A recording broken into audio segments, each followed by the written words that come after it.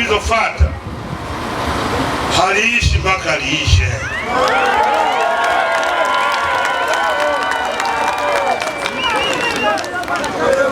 Hili haliwezi kuisha kwa kulimaliza hili eti kwa kulifukia tu.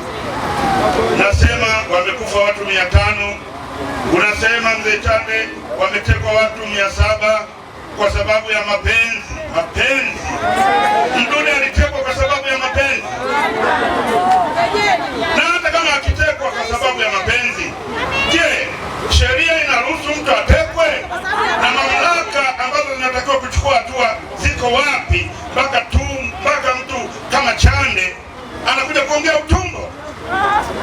Maana ni utumbo. Watu tunapoteza, tunapoteza marafiki, tunapoteza familia, tunapoteza watu, wanatekwa. Usiku mmoja mzee Kibao kiongozi wenu ametekwa, asubuhi kesho tunaokota maiti. Chande unasema kwamba mzee Kibao alitekwa na kuuawa kwa sababu ya mapenzi.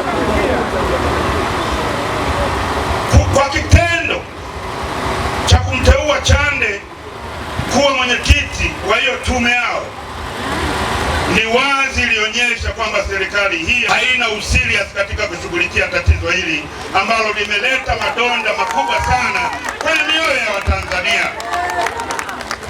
Eti kwenye tume yuko yule Mama Stergomena Tax. Mama Tax alikuwa waziri wa ulinzi.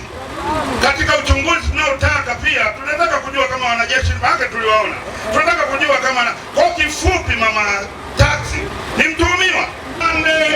Na wote waliokuwa kwenye ile tume walikuwa watumishi wa serikali kwa nafasi mbalimbali.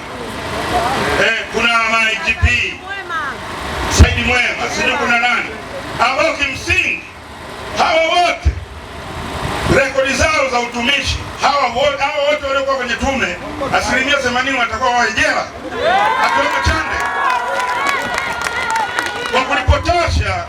kwa kulipotosha taifa. Chande unampa vipi Chande jukumu zito la taifa ambalo liko katikati ya majonzi? Unampa jukumu wakati ulishampa jukumu kwenye tume nyingine ya haki jinai na kufanya chochote, alizingua tu.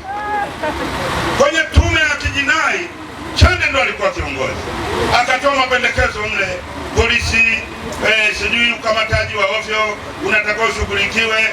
Mpaka leo bado ukamataji wa ovyo upo, tunakamata kiolela mpaka leo.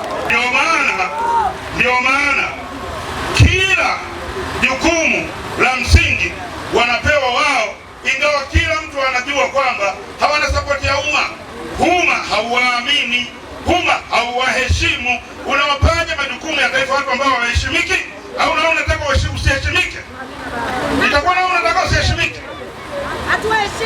Why not? Kwa nini usiwape majukumu wazee wanaoheshimika kama mzee Warioba, Profesa Shivji?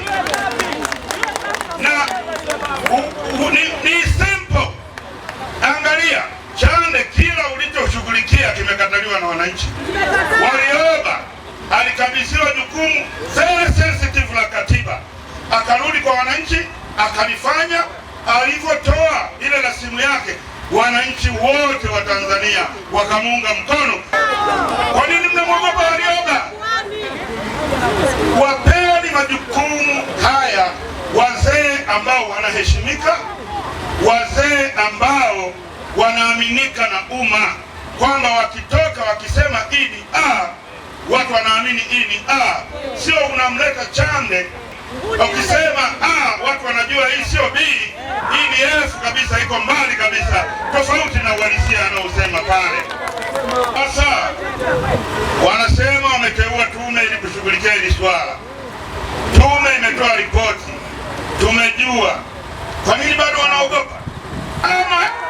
Kama tume ya Jaji Chande imesema ukweli bila shaka, simwache na waje wakutane na hao kina Jaji Chande, ili kina Jaji Chande wawaambia wabunge wa Ulaya kwamba ukweli huu tumalize hili jambo. Lakini haiko hivyo. kwa sababu wanajua kabisa kwamba wanachokisema sicho, wanapindisha mambo. Sasa tunawaambia hili haliishi mpaka mauaji ya Oktoba 29, jambo hili haliishi mpaka